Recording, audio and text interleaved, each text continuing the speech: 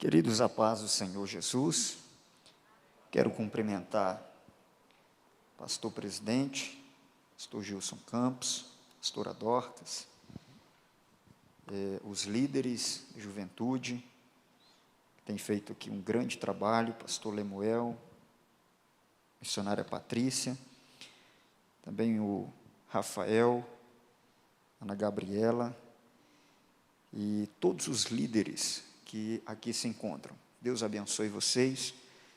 Quero agradecer pelo convite que nos fora feito para hoje compartilhar uma palavra. E eu quero aproveitar bem o tempo, convidando você para começarmos com uma leitura bíblica que se encontra na carta aos Hebreus, capítulo 13, versículo 17. Enquanto você abre, quero agradecer a Deus e parabenizar aqui a equipe de louvor, parabenizar também o pessoal que está operando o som. Aqui para mim está maravilhoso. O Abimael aí que tem feito um exímio trabalho junto com a sua equipe. Hebreus capítulo 13, verso 17. Hebreus capítulo 13, versículo 17.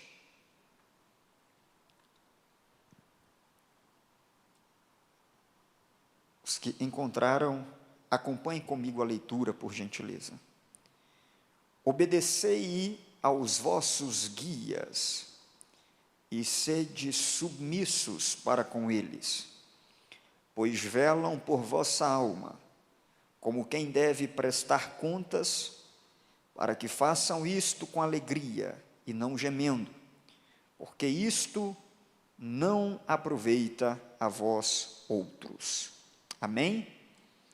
Então, eu gostaria que você tomasse o seu assento, por bondade. Quando eu recebi o convite, o Rafael nos falou que teríamos liberdade para a escolha do tema, e eu, em oração, busquei ao Senhor um direcionamento para esta ministração. E ardeu muito em meu coração algo que vamos compartilhar. Um pouco do que vamos compartilhar aqui, já compartilhamos em alguma ocasião com os pastores, aqui numa terça-feira, mais ou menos uns 2 anos.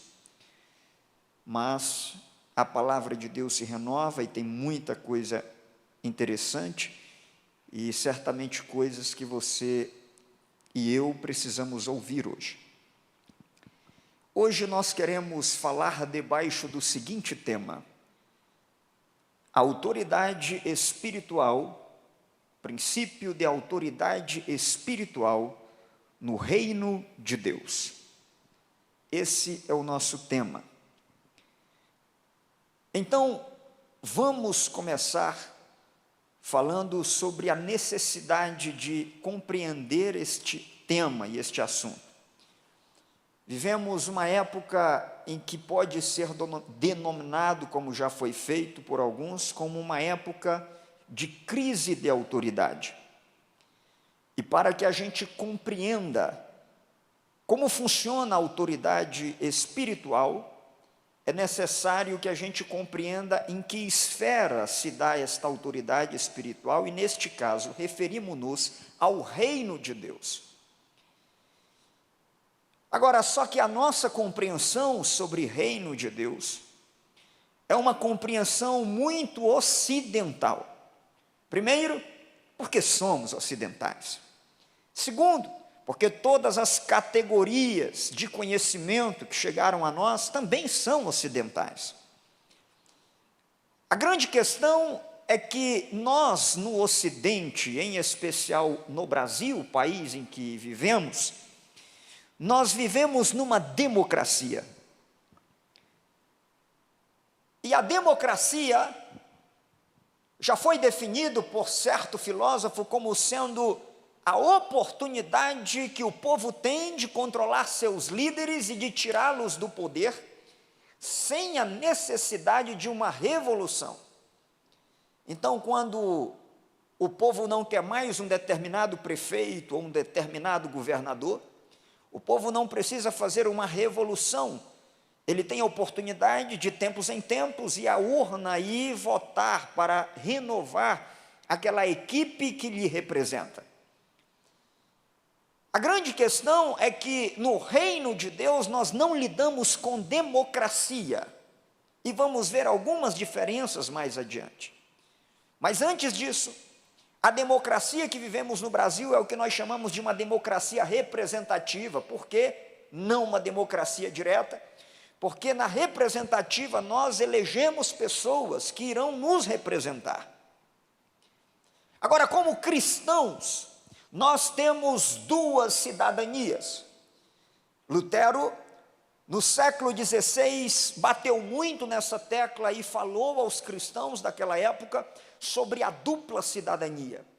A primeira cidadania é a cidadania celestial. Paulo diz, escrevendo aos Filipenses, que a nossa pátria está nos céus, de onde aguardamos também o nosso Salvador Jesus Cristo, que um dia transformará o nosso corpo de humilhação para ser igual ao corpo da sua glória. Você é cidadão celestial, portanto a sua primeira cidadania é uma cidadania celestial. Mas nós também temos uma cidadania terrena. E Pedro, em sua carta, diz: irmãos, amados, exorto-vos como peregrinos e forasteiros que vocês são, para vos absterdes das paixões que fazem guerra contra a alma, mantendo o vosso procedimento na terra como um procedimento exemplar aos gentios, para que as pessoas, quando olharem para vocês, ao olharem para a cidadania terrena de vocês, glorifiquem o Deus da cidadania celestial, glorifiquem a Deus no dia da sua visitação. Agora, a grande pergunta para nós como jovens, para nós que estamos vivendo em pleno século 21 é: como conciliar as duas cidadanias? Qual deve vir primeiro?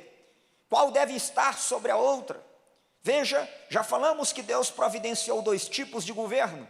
O primeiro governo é o governo da palavra, que é espiritual e é constituída de cristãos. Mas o segundo governo é o governo do Estado. Nesse segundo governo, a lei, direito, polícia, justiça, forças armadas e Estado.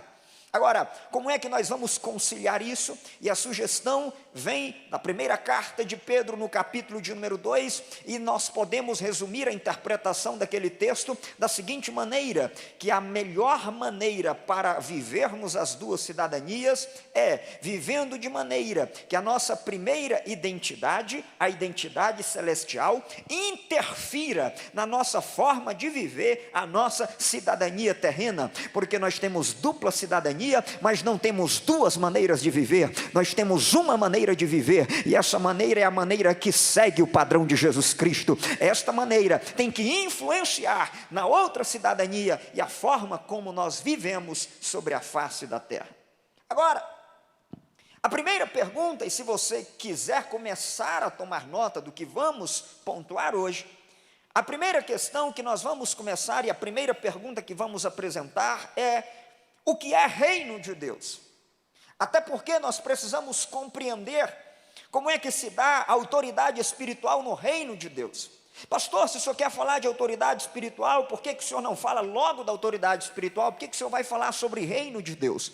Porque antes da gente falar de autoridade, a gente precisa entender qual é a fonte da autoridade. E a fonte de autoridade é Deus, em seu governo, que é estabelecido e chamado por nós como reino, como governo de Deus. Portanto, a primeira pergunta seria essa: o que é reino de Deus? E nós podemos responder da seguinte maneira: o reino de Deus fala do governo de Deus. Reino é a soberania ampla de Deus. Reino é Deus governando no espaço, é Deus governando no tempo, é Deus governando na sua vida, é Deus governando na minha vida, é Deus governando sobre a juventude, é Deus governando sobre a igreja.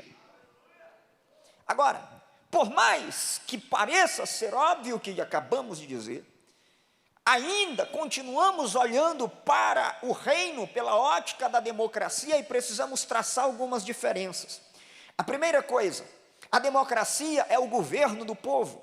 O povo, já dissemos, governa diretamente. Quando o povo não quer, o povo tira seu governante. Mas no reino de Deus essa lógica não se aplica. Primeiro porque no reino de Deus nós não temos presidente, nós não temos senadores, nós não temos governadores. No reino de Deus nós temos um rei, e esse rei não foi eleito democraticamente. Na democracia tudo é do povo, mas no reino tudo é de Deus. Quando o presidente assume o governo, ele precisa entender que tudo que ele recebe é do povo, e quando ele sai, ele deixa tudo porque pertence também ao povo. Mas quando olhamos para a Bíblia e olhamos pela ótica do reino de Deus, a lógica não é tudo pertence ao povo, a lógica é tudo pertence a Deus. Deus é rei, e ele é rei por um princípio básico, e o princípio básico é: Deus criou todas as coisas, ele criou o universo. Então a segunda pergunta agora, se a primeira é o que é reino de Deus,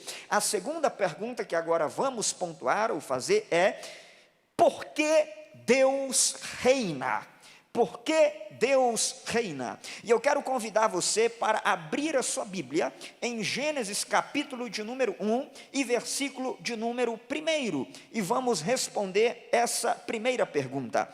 Quando você olha para Gênesis 1, versículo 1, o texto diz: no princípio criou Deus os céus e a terra. A palavra hebraica que aí é utilizada, o verbo bará, é um verbo que na Bíblia hebraica ele é preferencialmente ou em sua exclusividade aplicado a Deus. Raramente os judeus usariam esse verbo para alguém que criaria, por exemplo, um móvel, para alguém que criaria, por exemplo, alguma cadeira e etc. Não, de maneira alguma. Esse verbo é usado na Bíblia hebraica para referir-se a Deus. Então a pergunta é: por que Deus reina? E a resposta vem no próprio texto. Deus reina porque ele criou todas as coisas. Se você olhar para Isaías 43, versículo de número 15, o texto vai dizer, em Isaías 43, 15, o texto fala do Senhor como o Criador de Israel.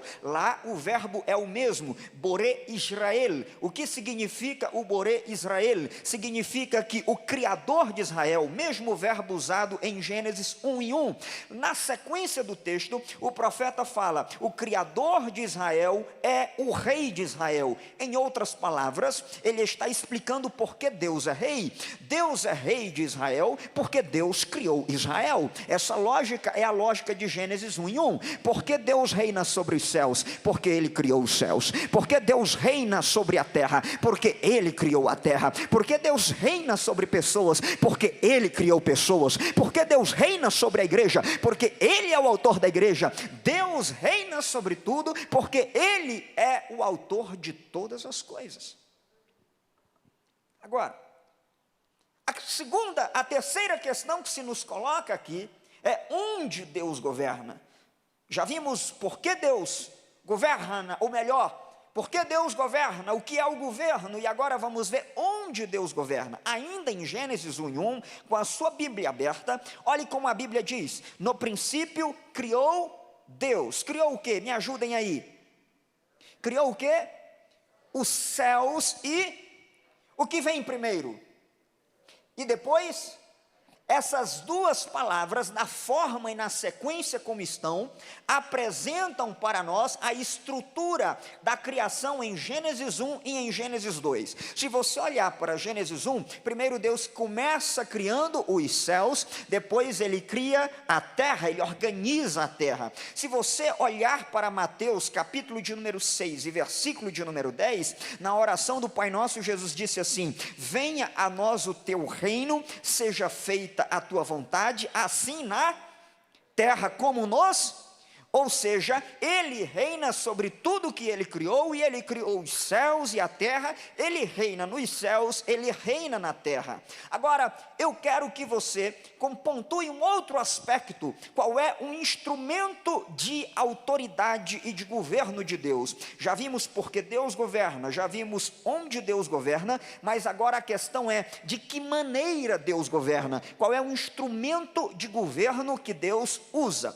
Antes de apresentar o instrumento de governo, eu quero apresentar para você o meio que Deus usou para criar todas as coisas. Deus cria todas as coisas por meio da sua Me ajuda. Deus criou todas as coisas por meio da sua palavra. Agora eu preciso parar um pouquinho para abrir um parêntese e dizer uma coisa para você. Coisa de professor, mas eu quero que você entenda isso de maneira que depois você vai aplicar isso para muitas partes e muitas leituras da Bíblia. Olha só, aqui em Gênesis, a maneira como Deus faz algumas coisas se torna padrão para a maneira como Deus vai fazer outras coisas no restante da história de Israel. Eu vou repetir, o que Deus faz em Gênesis 1 até Gênesis 3 se torna padrão, se torna modelo para outras ações de Deus ao longo da história. Então fecha parênteses e agora vamos aplicar isso comigo. Eu disse, e você sabe, Deus criou todas as coisas por meio da... Me ajuda, bem forte. Deus criou todas as coisas por meio da palavra. Então, se isso é um modelo para o restante da Escritura, todas as coisas que Deus for criar depois, Ele vai criar por meio da palavra. Então observe aqui, Deus cria todas as coisas por meio da palavra. Aqui em Gênesis 1, por exemplo, aparecem 10 vezes a expressão, Deus disse, Deus disse, Deus disse, Deus disse, Deus disse, e depois Moisés vai entender que existe uma correlação entre as 10 palavras de Gênesis com as 10 palavras e os 10 mandamentos de Êxodo, ou seja, a maneira como Deus cria é também a maneira como Deus governa e institui ordem sobre o povo de Israel. Mas antes de chegar lá, você disse que Deus criou todas as coisas por meio da sua palavra. Aí um dia Deus quer criar a nação de Israel. Aí como que Ele gosta de fazer? Ele cria por meio da sua palavra. Então Ele chama um homem chamado Abraão e Ele vai fazer promessas a esse homem. Ou seja, Deus cria a nação de Israel em um só dia para um homem que Ele chama, um homem idoso, casado com uma mulher que é estéril, e Deus cria a nação naquele dia através da sua palavra, através de uma promessa. Aí passa o tempo, Deus criou a nação de Israel da mesma forma como criou o planeta. Ele cria a nação de Israel por meio da palavra. Ele sustenta a nação de Israel com a sua palavra. Aí chega um dia que a nação de Israel, que Deus criou pela sua palavra, ela está completamente desanimada. Está todo mundo morto, sem esperança, achando que agora essa novidade que veio, essa situação que veio sobre a terra, sobre a Babilônia, e agora deixe-me aplicar sobre o DF, veio definitivamente para matar, para eliminar a esperança. A nação de Israel está praticamente morta no exílio. Aí Deus, que criou o mundo pela palavra, que criou a nação por meio da palavra, vai reavivar a nação por meio da palavra. Aí ele chega para o profeta e diz assim: profeta, esses ossos aí, que são a casa de Israel, podem voltar a ter vida? Aí o profeta falou: Senhor, só o Senhor que deu vida para essa nação é que sabe, o Senhor sabe muito mais do que eu. Aí o Senhor disse: pois do jeito que eu fiz essa nação surgir, eu vou fazer essa nação reviver. Filho do homem, profetiza a estes ossos para que vivam. Aí diz a Bíblia: e eu profetizei, e quando eu profetizei, o Espírito veio dos 4 ventos e soprou e deu vida. Deus criou o mundo por meio da palavra, criou a nação por meio da palavra,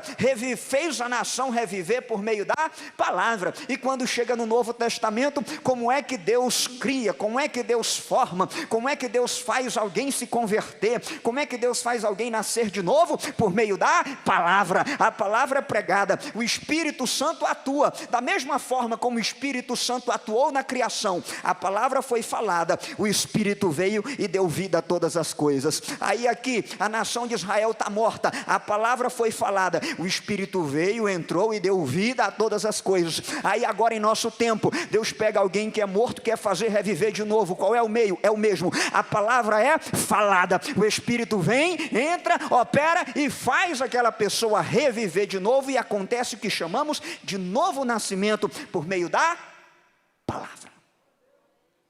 Deus institui e cria todas as coisas por meio da palavra. Agora eu vou acrescentar algo a isso. Deus não só cria, mas Deus também governa por meio da palavra.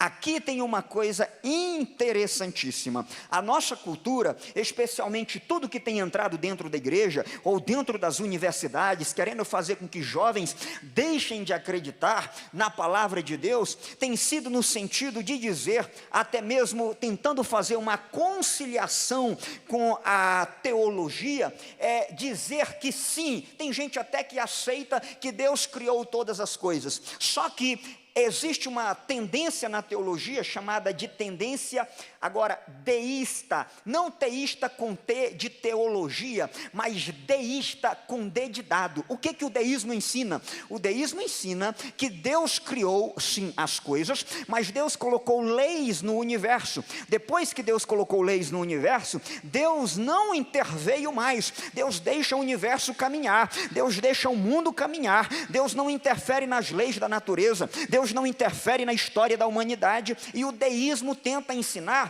que o mundo é como um relógio suíço, que foi dado corda uma vez, e depois que foi dado corda, Deus não interfere mais. E isso não é verdade, porque nós vemos pela palavra, e aqui eu recomendo a leitura de um livro muito interessante, de um teólogo chamado Francis Schaeffer, que foi muito usado por Deus para pregar em universidades, para falar a jovens, e ele escreveu uma trilogia, e um dos livros dessa trilogia é O Deus que Intervém. E quando ele escreveu esse livro, ele apresentou aquilo que nós já acreditamos, que o Deus que criou todas as coisas pela palavra, não deixou de governar, não deixou de intervir, não deixou de agir. Ele continua regendo, ele continua governando, e o seu governo é por meio da palavra. E se nós quisermos confrontar essa cultura que tenta colocar Deus de lado, nós precisamos pregar o evangelho e dizer que aquilo que está acontecendo no mundo não é obra do acaso, mas é fruto da intervenção do governo e da ação de Deus sobre o planeta por causa da sua soberania. Agora, depois de entendermos, Deus governa porque é rei, Deus governa sobre tudo que ele criou, Deus governa por meio da sua palavra. Eu preciso avançar e dizer no próximo ponto que a fonte de toda autoridade no reino de Deus vem de Deus, porque ele é o rei. O rei é quem confere autoridade. Em Romanos, o apóstolo Paulo vai dizer: todo homem esteja sujeito às autoridades superiores, porque não há autoridade que não proceda de Deus, e as autoridades que existem foram instituídas por ele. O próximo ponto é que se toda a autoridade procede de quem? Se toda autoridade procede de Deus, opor-se à autoridade é opor-se a quem? A Deus. Quem rejeita a autoridade que Deus estabeleceu, rejeita o próprio Deus. Isso é claro, e eu quero demonstrar isso nesses primeiros relatos que nós temos na Sagrada Escritura, no livro de Gênesis. Observe que Deus estabeleceu uma autoridade na criação, e a autoridade ela funciona da seguinte maneira. Observe, Deus criou o ser humano, e o ser humano tem sobre a sua vida a autoridade de Deus. Então observe, Deus, o ser humano como representante de Deus, a palavra hebraica usada para imagem de Deus, o homem foi feito à imagem e semelhança. A palavra hebraica usada para imagem, no texto de Gênesis 1, está relacionada com a autoridade, com o exercício de governar, com o exercício de representar Deus diante de toda a criação. Então, observe aqui, Deus criou e formou o ser humano. Aí você diz: pastor, mas tem uma exceção. Deus criou tudo por meio da palavra, mas Deus não criou o homem por meio da palavra. É verdade que Deus formou o homem com a sua própria mão, mas agora ele vem para o homem e entrega para o homem a sua palavra, para que o homem então obedeça a ordem que foi estabelecida por Deus. O homem, por sua vez, como representante de Deus, ele tem autoridade sobre quem, gente? Sobre a criação. Então observe, Deus governa tudo por meio da palavra. Então Deus fala aos seres humanos, e os seres humanos, por meio da palavra, vão exercer autoridade sobre quem? Sobre a criação. Então, querem ver um exemplo disso? Veja, Deus diz para o ser humano: olha, a minha palavra deve governar a sua vida, não faça isso, não coma disso, o resto fica à vontade, agora não me desobedeça. Agora, da parte do ser humano, que também vai exercer o domínio por meio da palavra, como é que ele faz isso? Ele chama os animais, e por meio da palavra ele vai exercer o seu domínio. Ele vai dizer: você se parece com um leão, você é leão. Você se parece com onça, você é onça. O homem também exerce o governo na criação por meio da palavra. Agora observe como é que a serpente, ela vai corromper todas as coisas. Como é que ela vem? Ela vem, e a primeira coisa que a gente vê é uma inversão, porque Deus fala aos seres humanos, e os seres humanos falam à criação. Só que o que a gente vê em Gênesis 3 não é essa hierarquia. Nós vemos uma inversão na hierarquia estabelecida por Deus, porque agora é a serpente que está falando ao ser humano, exercendo domínio no ser humano através da palavra, para que o ser humano fique contra Deus. Olha a inversão. Deus manda nos seres humanos, os seres humanos são representantes de Deus para a criação, mas a criação vem de baixo para cima, tentando provocar uma confusão, fala ao ser humano, exerce domínio sobre esses, para que esses fiquem contra Deus. Qual é a estratégia da serpente? A estratégia da serpente são duas, repita comigo: duas. A primeira estratégia da serpente é falar contra a palavra de Deus. A segunda estratégia da serpente é falar contra o caráter de Deus. Observe que a serpente chega assim, ela não chega dizendo Deus é mentiroso, ela não chega dizendo Deus está enganando vocês, ela não chega dizendo Deus está com inveja de vocês. A serpente chega dizendo assim: olha, é verdade que Deus disse isso para vocês? Sabe por quê? Porque todas as pessoas que vêm falando ou querem levar você a falar mal de alguém, ela não chega para você dizendo assim: rapaz, fulano não presta. Ele não chega dizendo: rapaz, aquela pessoa ali não vale. Não, ela não chega dizendo assim, ela não chega denegrindo o caráter da pessoa. Ela chega falando um pouquinho para tentar ver qual é a sua opinião, para de acordo com a sua opinião ela entrar com mais força ou não. Então a estratégia da serpente é primeiro atacar a palavra de Deus e dizer: vem cá, foi assim mesmo que Deus disse para vocês? Na verdade Deus disse para não comer e não tocar. Ela percebe que a mulher já está com dúvida. Quando a mulher começa a ter dúvida na palavra de Deus, ela entra e ataca o caráter de Deus. Não, Deus está mentindo para vocês, porque na verdade Deus sabe que no dia que vocês comerem, vocês serão como Ele, conhecedores do bem e do mal. Então agora preciso ensinar uma outra coisa para você. Todos aqueles que contestam uma autoridade estabelecida por Deus, no fundo querem estar no lugar dessa autoridade. Eu vou repetir: todos aqueles que contestam a autoridade estabelecida por Deus, no fundo querem estar no lugar dessa autoridade. E aí é o que acontece. A serpente, na verdade, queria estar no lugar de honra, de privilégio na criação, e agora coloca esse desejo nos seres humanos. Os seres humanos agora também querem ser como Deus, porque o texto diz que olhando a mulher para o fruto, vendo que era agradável, desejável para dele obter o discernimento. Por quê? Porque a serpente diz: no dia que vocês comerem serão como Deus, conhecedores do bem e do mal. O ser humano tenta ser igual a Deus. Observe que aqui existe uma estratégia da serpente de fazer com que os seres humanos se coloquem contra a autoridade estabelecida por Deus. Deixa eu dizer uma coisa para você: todos aqueles que vierem em algum momento querendo causar confusão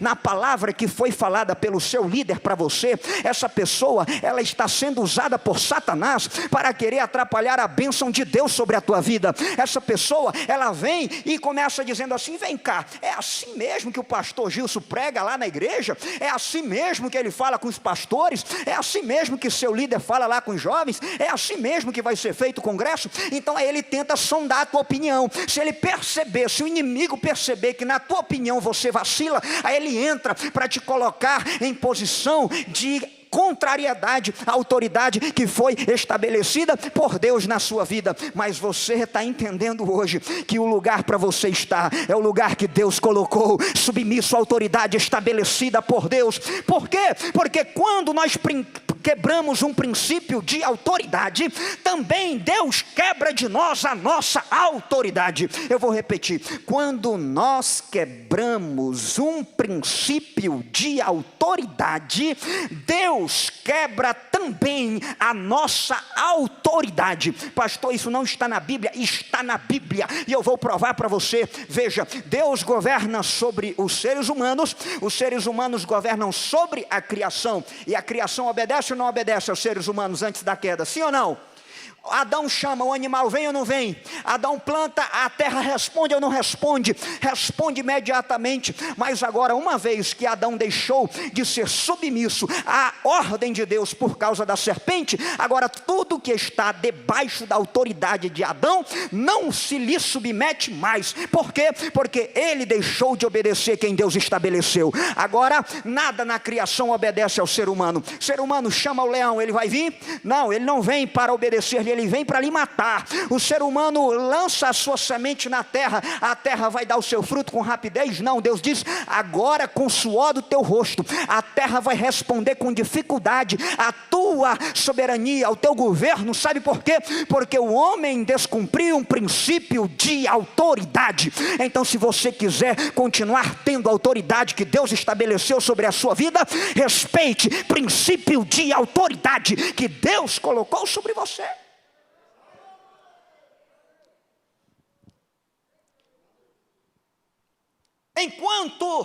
E aí eu estava me perguntando, enquanto eu refletia sobre isso novamente essa semana, falei: Senhor, por que quando um líder não obedece à autoridade, aqueles que estão debaixo da sua liderança também se rebelam contra ele? E aí, refletindo sobre isso aqui, me veio à mente que isso é muito óbvio. A resposta é óbvia, porque quando nós deixamos de obedecer ao nosso líder, nós saímos debaixo da vontade de Deus.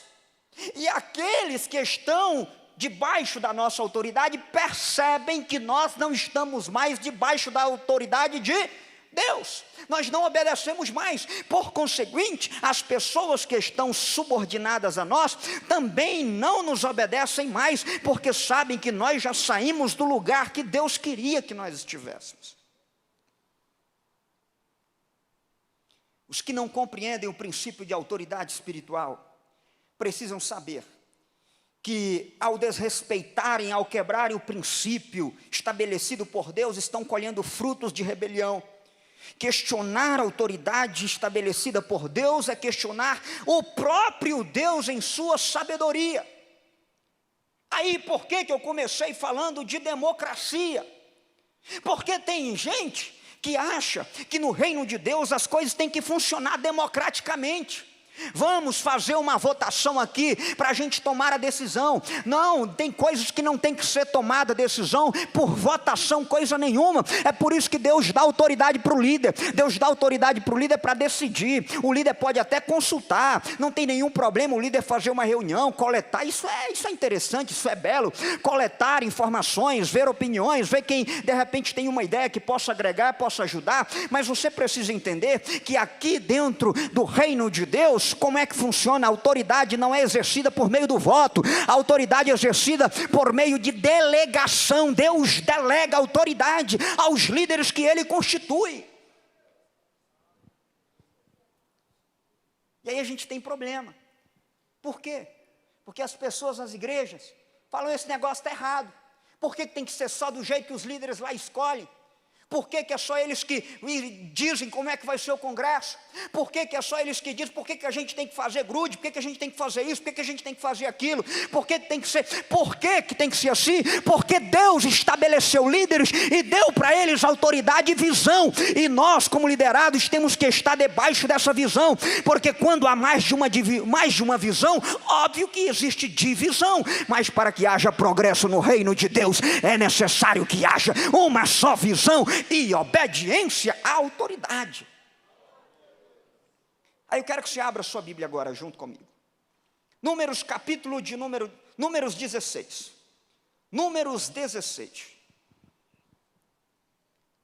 Números 16, por favor. Abra sua Bíblia. Números 16, versículo 1.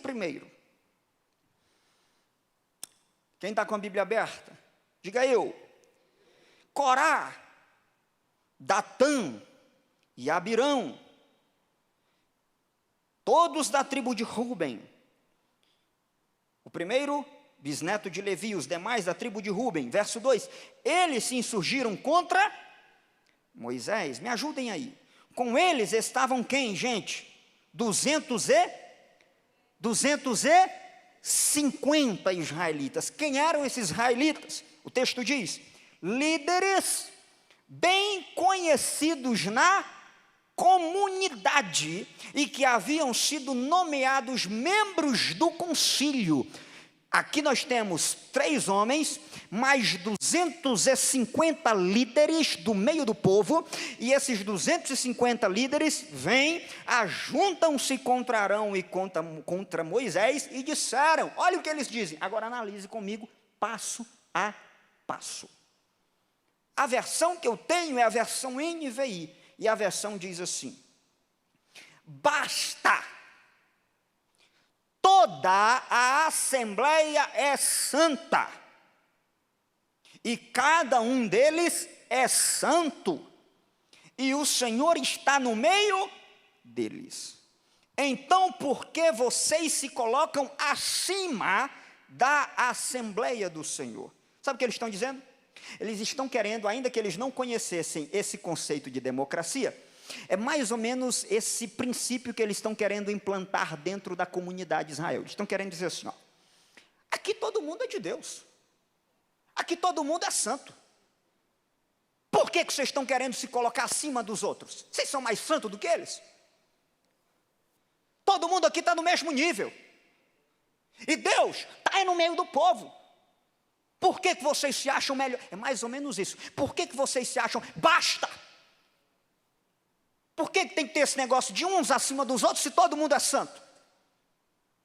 Por que tem que ter uns dando voz e escolhendo coisas se todo mundo aqui é jovem? Por quê? Eles tentam implantar o princípio democrático de direito numa comunidade que não foi estabelecida por voto, mas foi estabelecida porque Deus um dia quis resgatar um povo que não existia lá do Egito e trouxe. Deus não fez eleição no Egito, Deus foi como rei e resgatou o povo e disse, vocês não são, mas a partir de hoje eu vou ser na vida de vocês e vocês vão existir, porque eu vou ter pena de vocês, vou livrar vocês, vou resgatar vocês, vou limpar vocês, vou elevar vocês, vou libertar vocês, vou dar uma terra para vocês, mas tem uma coisa, eu serei o vosso Deus, e vocês terão que ser o meu povo. Deus é quem estabelece a lei, Deus é quem estabelece o domínio. Agora Deus diz, agora não são vocês que vão escolher as leis, porque eu sou rei, eu é quem governo. No Brasil, a gente tem a divisão dos poderes, então tem uma parte que é executivo, tem uma parte que é legislativo, tem uma parte que é judiciário, tem uma parte que faz lei, tem uma parte que julga as leis e tem uma parte que executa as diretrizes governamentais. Mas no reino não existe divisão de poderes, porque no reino o rei faz tudo, o rei julga, o rei estabelece as leis, o rei estabelece a liderança, o rei é quem dita as normas no reino. O povo não está entendendo isso. O povo quer decidir as coisas por meio do voto. Aqui todo mundo é santo, não tem ninguém melhor. Só lá é. Moisés fala, então tá bom.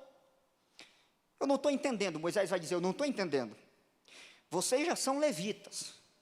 Deus deu a vocês um privilégio especial de serem levitas. Mas agora vocês querem ser mais do que levitas? Vocês também querem ser sacerdotes? Sem que Deus tenha constituído vocês para isso? Então tudo bem.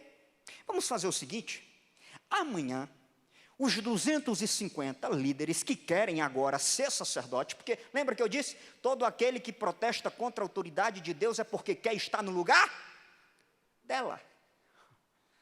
E como é que ela sempre começa? Começa sempre falando mal. toda rebelião começa com conversa, começa com confusão, começa como começou no Éden. Foi assim que Deus disse. Não deixe a semente da rebelião crescer no seu coração. Quando surgir uma palavra vinda da serpente, faça o seguinte: repreenda em nome de Jesus, porque você entende que o melhor lugar para você estar é debaixo da autoridade de Deus. Ontem eu estive com o pastor Davi Nassif, lá em Planaltina, e ele contava uma coisa interessante. Ele disse que uma vez estava em um determinado campo da fama, lá em Goiânia, e ele foi dar posse a um pastor numa igreja. E quando ele chegou lá, parece que a igreja estava alimentada de uma palavra de rebelião para não aceitar a posse daquele pastor que vinha. E aí, ele estava sentado no púlpito, e do lado estava um dos vice. Quando o pastor presidente foi anunciar a posse do outro, o que era o vice do anterior pegou as chaves da igreja e jogou nos pés do pastor presidente, como um ato de rebelião. Um outro vice, que estava do lado do pastor Nassif, foi se levantar para ir fazer alguma coisa.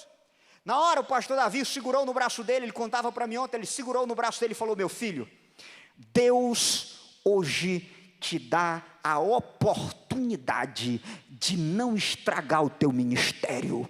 Faça a sua decisão. Se você for em frente, o teu ministério estará arruinado, porque você estará escolhendo a semente da rebelião. Aquele homem segurou-se no banco, não foi, ficou ali. E o pastor dizia ontem que quando foi anos depois, aquele homem se encontrou com o pastor Davi e falou: pastor Davi, eu queria lhe dar um abraço, deixa eu lhe dar um abraço. Ele apertou o pastor e falou assim: eu queria lhe dar um abraço. Sabe por quê?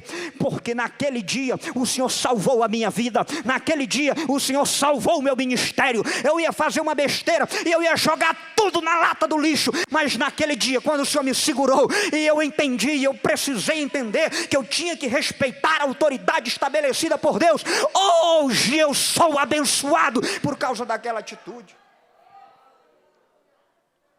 Aí Deus fala assim: pega os 250 que querem ser sacerdotes e que não são, manda eles pegarem os incensários, coisa que só sacerdote fazia, e manda eles virem para oferecer sacrifício ao Senhor, e vamos ver se Deus aceita. Vamos ver se Deus aceita.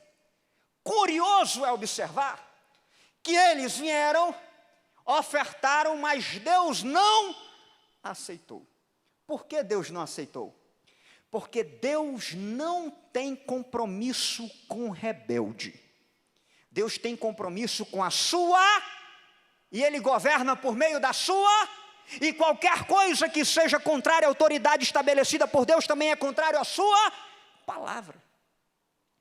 Aí, Deus fica tão irado que Deus fala assim: eu vou acabar com tudo agora, Moisés, eu vou acabar com esse povo, eu vou matar todo mundo, Deus.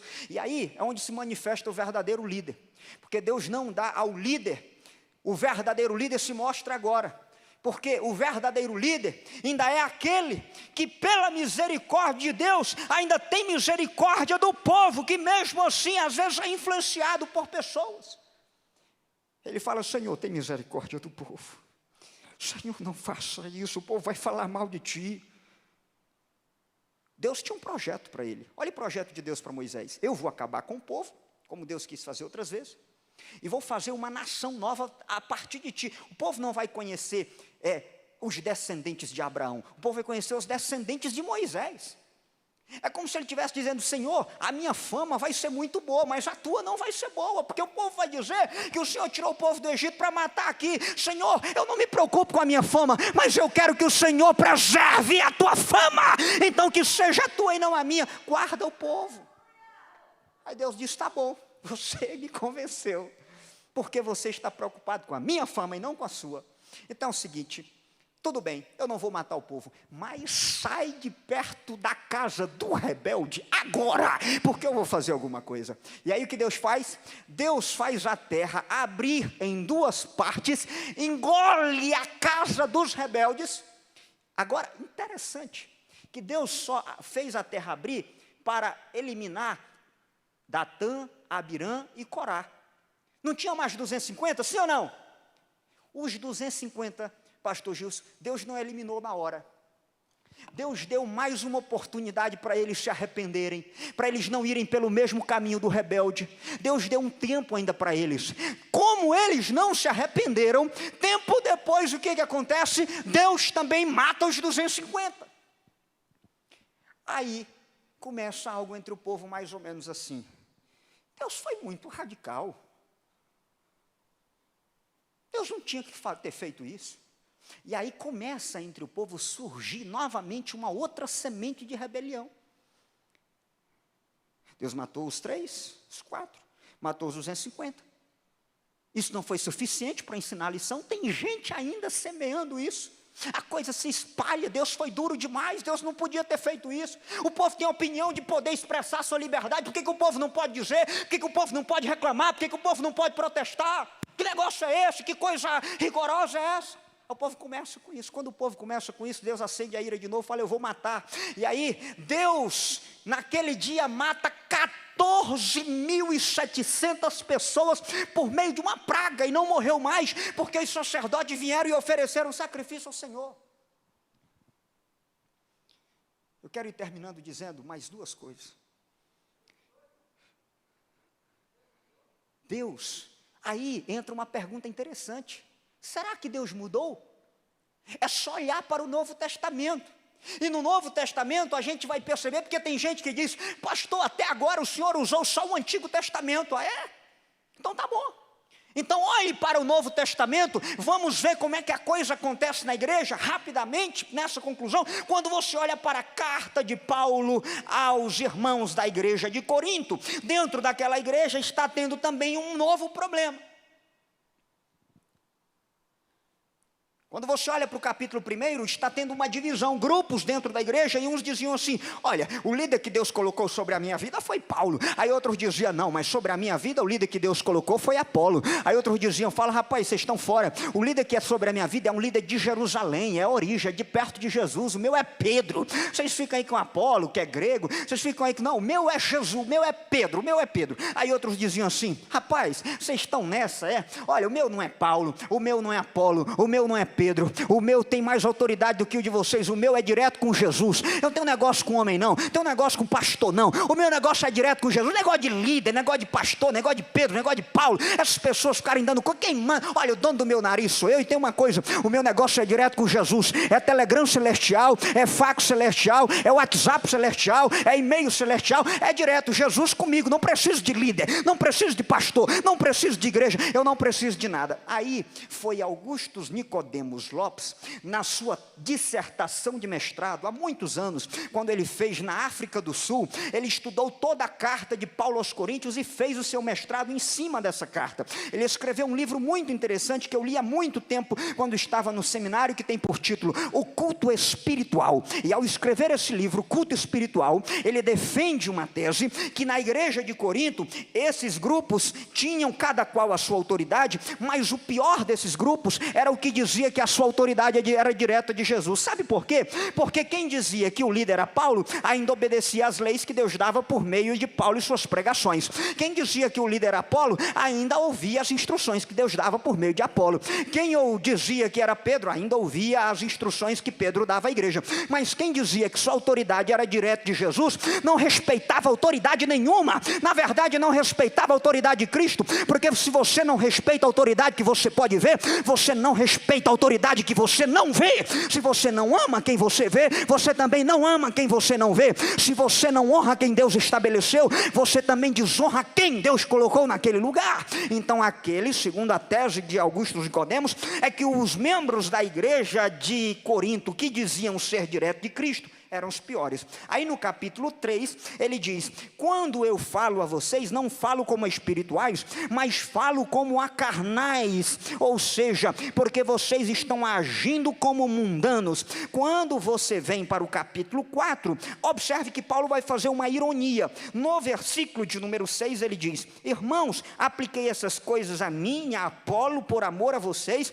para que se aprendam de nós o que significa. Aí ele diz no versículo 7, pois quem torna você diferente de qualquer outra pessoa, o que você tem que não tenha recebido, e se o recebeu, por que você se orgulha, como se assim não fosse? O que ele está dizendo assim: se você existe, se você tem bênção, se você tem uma liderança, você tem essa liderança, sabe por quê? Porque você recebeu de Deus, mas Deus não deu direto para você, Deus deu para você por meio de um líder, Deus deu para você por meio de uma pessoa. Então respeite essa pessoa que Deus colocou. Aí ele continua em forma de ironia: vocês já têm tudo o que querem e se tornaram ricos. É ironia, porque o povo não tinha se tornado rico. Ele está dizendo assim, ó: vocês que dizem que é só com Jesus o negócio, chegaram a ser reis e sem nós.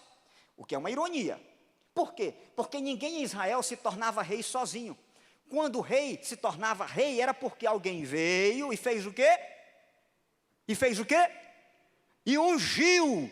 Não tem rei em Israel sozinho, precisa de alguém vir e ungir. Aí ele está fazendo uma ironia e dizendo assim: vocês se tornaram reis sozinhos e sem nós. Aí ele diz: mas como eu gostaria que vocês de fato fossem reis, porque na verdade vocês não são, para que nós reinássemos com vocês. O que Paulo está fazendo é ironizando aqueles que dizem ter uma autoridade direto de Jesus. Aí eu me lembrei agora de uma passagem muito interessante na Escritura, que é uma passagem que se encontra no Antigo Testamento. Um dia Deus falou para Moisés assim: Moisés, eu vou levantar mais líderes para te ajudar nessa obra.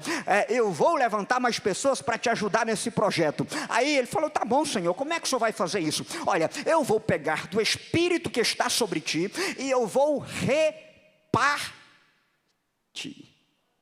Eu vou compartilhar para mais 70 líderes. Aí um dia eu estava numa aula de pós-graduação e a gente, na disciplina, estávamos falando sobre a pessoa do Espírito Santo. E a ideia era, na primeira aula, fazer todo um apanhado da ação do Espírito Santo no Antigo Testamento, segunda aula no Novo e depois na história da igreja. Mas naquele dia, de repente, um aluno levantou a mão e: professor, eu quero fazer uma pergunta.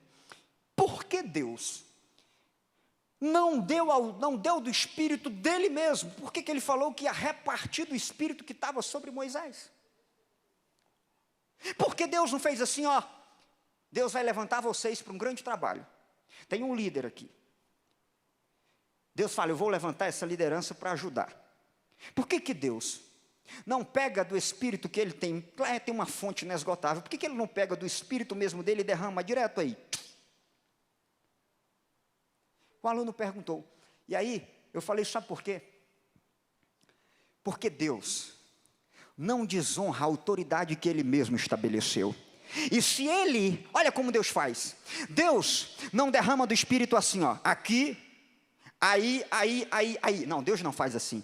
Por isso aqui no Novo Testamento, toda a consagração, e o apóstolo Paulo vai dizer a Timóteo: olha, conserva o dom que você recebeu por imposição de mãos. Porque Deus não impõe direto a mão e diz: eu faço você pastor, eu faço você líder. Sabe por quê? Porque Deus não faz assim, ó, direto daí para cá. Deus faz assim, ó, direto daqui para aí, direto de mim para você, direto do seu líder para você, direto do pastor para você. Por quê? Porque Deus respeita a autoridade que ele mesmo constituiu. E se Deus fizesse o que o povo queria que ele fizesse, o Espírito de lá direto para o povo, aí eles iam dizer assim: que é isso, Moisés? Quem disse que eu tenho que obedecer a você, rapaz? O Espírito que eu tenho foi direto do céu, foi direto para mim. Ora, se Deus, em Números 11, se Deus, olha só, se Deus, em Números 11, deu do Espírito que foi compartilhado de Moisés para o povo, ainda surgiu rebelde. Imagine se Deus tivesse deixado o Espírito vir direto para o povo ia dizer: rapaz, deixa esse Moisés para lá, porque o Espírito eu recebi foi direto de Deus. Não recebeu direto de Deus,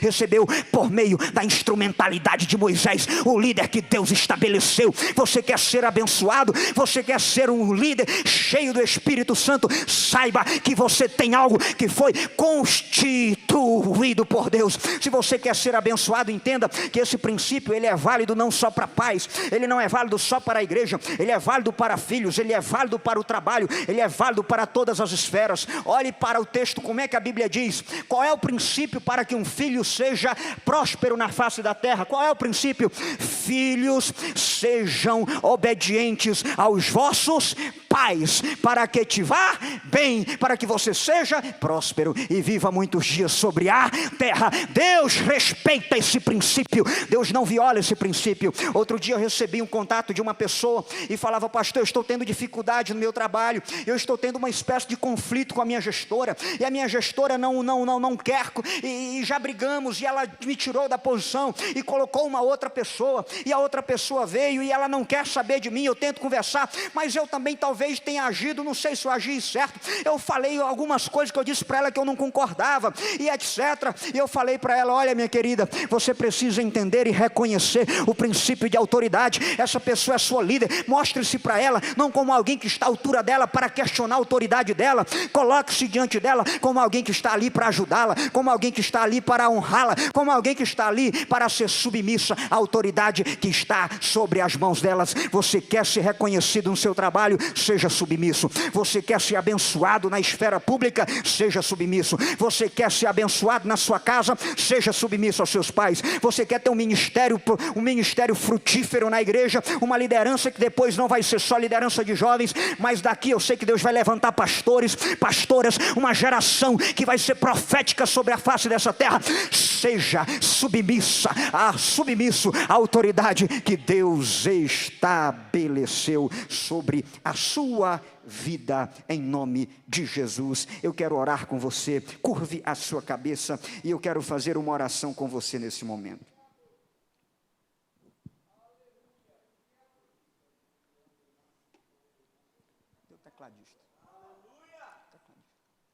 Senhor Jesus, Pai, nesta noite nós estamos em Tua presença, e nós queremos, ó Deus, Te agradecer pela Tua palavra, porque a Tua palavra, ela vem de maneira especial para as nossas necessidades. Senhor Jesus, diante de um projeto tão grandioso que o Senhor tem dado, a partir de uma visão que o Senhor deu para os líderes desta casa, nós queremos, ó Deus, Te pedir que seja retirado do coração, que seja retirado da mente, que seja retirado de onde quer que foi plantado, qualquer semente de rebelião, qualquer palavra contrária àquilo que tem sido apresentado pelos Teus servos. Meu Deus, nós queremos estar debaixo da visão, não queremos ter outra visão para não promover a divisão. Pai, então estabeleça a Tua bênção sobre esse povo.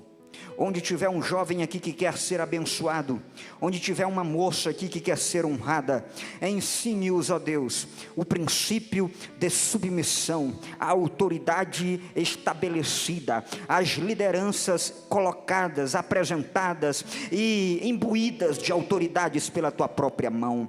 Pai, em nome de Jesus Cristo, Te pedimos que o Senhor faça descer sobre esta juventude, sobre essa liderança, ó Pai, esse reconhecimento, para que eles levem para as suas comunidades, para as suas igrejas, essa mesma palavra, para que os seus líderes lhes sejam submissos, assim como eles são submissos à autoridade que aqui está estabelecida sobre as nossas vidas, para nos abençoar. Queremos estar debaixo da Tua bênção, não nos permita estar no lugar da maldição, não nos permita adotar a postura de Miriam, a postura de Arão, que também num dado momento quiseram questionar a autoridade de Moisés. Pai querido, e Tu vieste sobre eles e ensinou a eles que com Moisés o Senhor falava face a face, porque ele era alguém que fora constituído por Ti e estava imbuído de autoridade. Pai, em nome de Jesus, abençoa essa juventude, faça essa juventude ser próspera, faça essa juventude ser abençoada através da obediência a esse princípio tão inviolável que é ensinado em toda a Escritura. Muito obrigado, te agradecemos pela supervisão e pela orientação do teu Espírito Santo através da tua palavra. É o que nós te pedimos e te agradecemos em nome de Jesus. Muito obrigado, Deus abençoe. Volto a palavra ao nosso líder. Glória a Deus. Mistura com esse aplauso também um glória a Deus e um aleluia por esse alimento maravilhoso que a gente recebeu. Pastor Tiago